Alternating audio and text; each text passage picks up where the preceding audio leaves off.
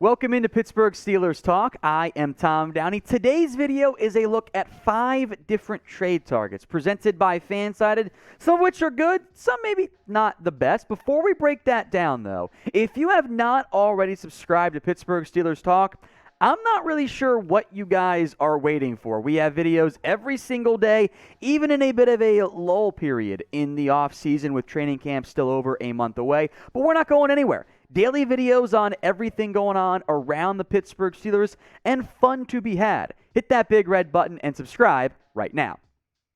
Our first trade target, words are hard today apparently. Zack Moss, the running back of the Buffalo Bills. I think this is a pretty decent trade target specifically for Pittsburgh, given their need at the backup running back position and the presence of other backs specifically for Buffalo. They have Devin Singletary. They drafted James Cook in the second round this year, and Zack Moss is very cheap. 2 years, $2.18 million. Given the fact that Zack Moss, despite what the fantasy community might try to sell you on, is not that good, I think he'd be pretty affordable. A 6th-round pick is my trade idea. For each of these targets pitched by Fansided, I will include my own trade idea because they did not, but I'm not scared of including them in this video.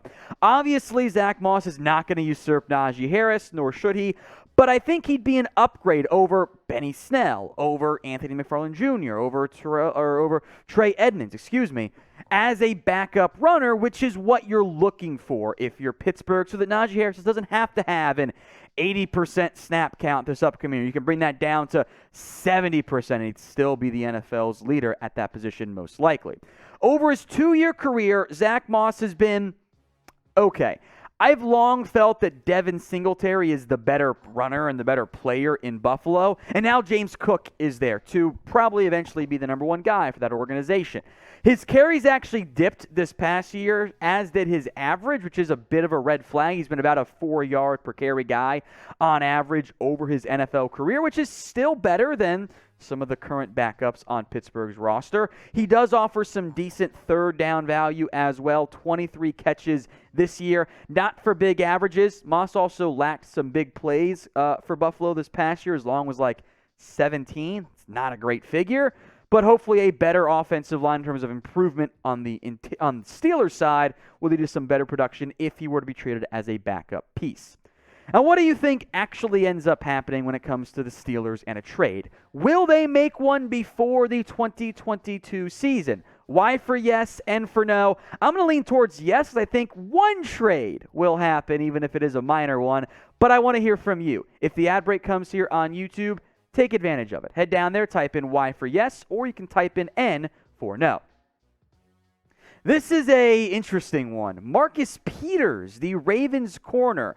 Peters is in a weird situation for Baltimore. He's coming off a season-ending injury, and earlier this offseason, there were trade rumors around him in terms of, hey, he could be dealt, save some cap space. That did not happen, and the Ravens didn't fully invest in corner beyond some more mid to late round picks. If Peters were healthy, no disrespect meant towards Ahkello Witherspoon, I think he'd be the best corner on the roster, although it would give them a very talented 1-2 punch. 1 year, $10 million is the contract that would be owed from Pittsburgh's side if they were to acquire Peters, adding even more money to the highest paid defense in the NFL. Since it would be the rare AFC North trade, we should have my Chris Wormley, I think it's not going to be coming cheap. There would be no discount given to Baltimore from Pittsburgh. A conditional 4th-round pick potentially worth more, maybe based on what the Steelers do in terms of re-signing Marcus Peters.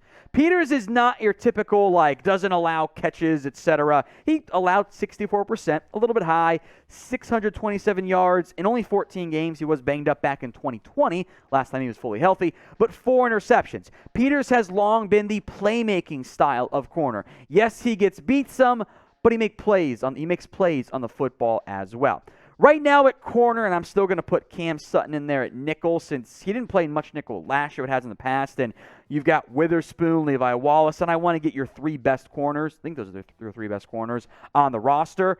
If Wallace is relegated to CB3 on the outside with Witherspoon, Peters, and Cam Sutton, I feel really good about this roster when it comes to the Steelers at the cornerback position. We've got 3 more names still to get to on this list, but I'd like to hear from you guys since, let's be honest, sometimes you know more than some of the bloggers out there. Who is a player who you want to trade for? Let me know in the comment section right now. Another defensive name here, Clelin Ferrell, the edge rusher of the Las Vegas Raiders. He has been a bust so far in a pretty embarrassingly spectacular way relative to where he was drafted. The pitch here from Fansided was edge depth. I think the number one issue you might run into, specifically for the Steelers side of it, is the contract. If you trade for Clelin Ferrell, you owe him 1 year, $4.77 million. That is not the cheapest deal for a guy that you're hoping becomes your edge 3 because he's not better than Alex Highsmith. So my hypothetical trade idea, a 6th round pick heads to Las Vegas in exchange for Ferrell. I don't think you'd have to spend anything more than that. Obviously, Pittsburgh is going to rely on TJ Watt, Highsmith as edge 1, edge 2. Hopefully, Jannard Avery can emerge as edge 3, or even Derek Tuska, who I liked a decent amount as a sleeper coming out. And I would not sleep, by the way, on UDFA, Tyree Johnson out of A&M. He's a fun player for me.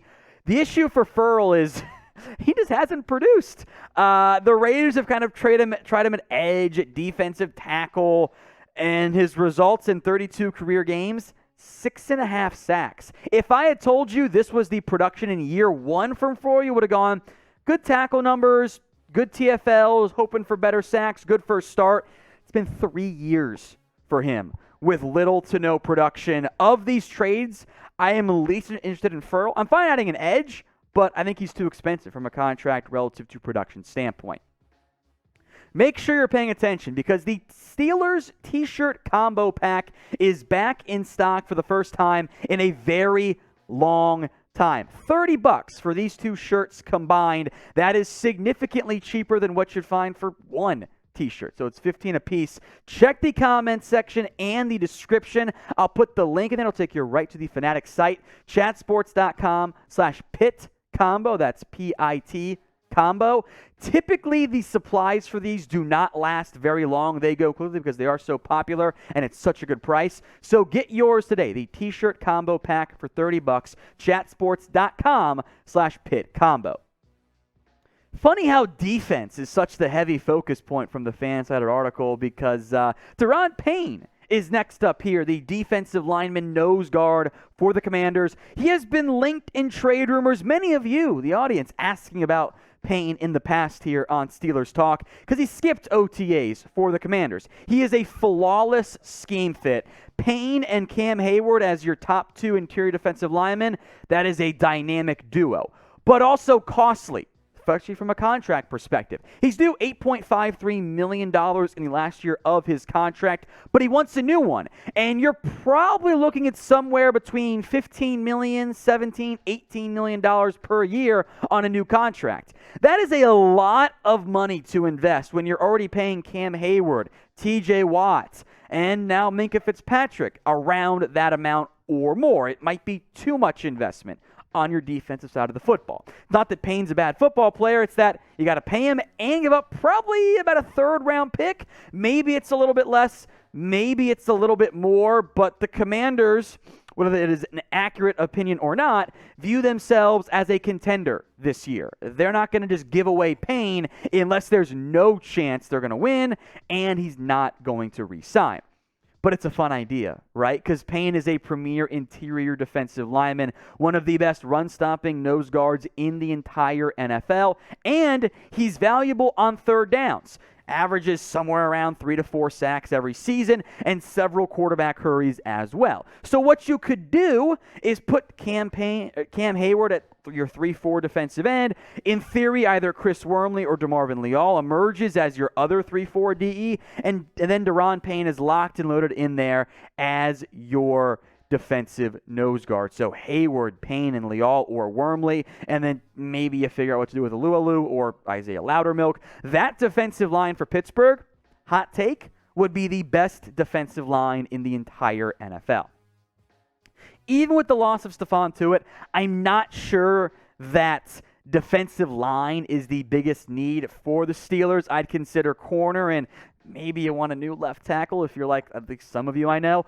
But I want to hear from you guys too. What is the biggest need for the Pittsburgh Steelers? Drop the position group in the comments section. Another defensive player, that's the trend so far, right? This one is super intriguing. Kenny Moore, the cornerback of the Indianapolis Colts, one of, if not the outright best nickel corners in the NFL. More on him coming up. But of the 5 names suggested by Fansided, which trade target interests you the most? Type ZM for Zack Moss, MP for Marcus Peters, CF for Clelin Ferrell, DP for Daron Payne, or KM for Kenny Moore. More on Moore. I hate when I do that. It's not funny. He'd be a huge pickup for the Steelers. He's also in a unique position. This was suggested because Kenny Moore wants a new contract. He's got 2 years left right now at about $14.3 million. He wants a new contract right now because he has performed as one of the best nickel corners in the NFL, and the Colts value him, but nickel corner is in a bit of a unique position when it comes to cornerbacks. He's still one of the highest paid corners in the NFL among nickels. In fact, kind of is the highest paid guy among pure nickels. But he's not even top 20 overall at the position. So there's a big gap in an underserved market when it comes to nickel corners versus other normal outside guys.